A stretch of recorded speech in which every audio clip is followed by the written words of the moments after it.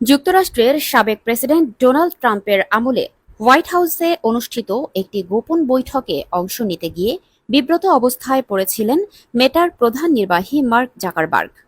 অভিযোগ উঠেছে তাকে প্রেসিডেন্টের অফিস ওভাল অফিস থেকে চলে যেতে বলা হয়েছিল।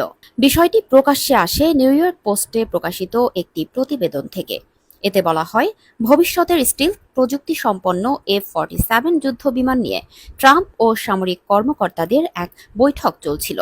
এ সময় জাকারবার্গ অপ্রত্যাশিতভাবে ওভাল অফিসে প্রবেশ করেন।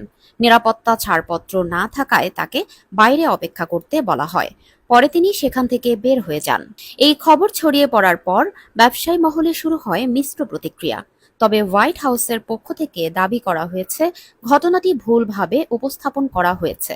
ট্রাম্পের পক্ষ থেকে জাকারবার্গকে শুধু হ্যালো বলতে আসার অনুমতি দেওয়া হয়েছিল। এরপর আরেকটি বৈঠক শুরু হওয়ায় তিনি স্বেচ্ছায় স্থান ত্যাগ করেন। এনবিসি নিউজ জানিয়েছে, ঘটনাটি ঘটেছিল গত শীতকালে ট্রাম্পের ওয়েস্ট উইং সফরের সময়। তবে মেটা এই বিষয়ে কোনো মন্তব্য করতে রাজি হয়নি। এ ঘটনাটি ঘিরে সামাজিক মাধ্যমে জোর আলোচনা চলছে।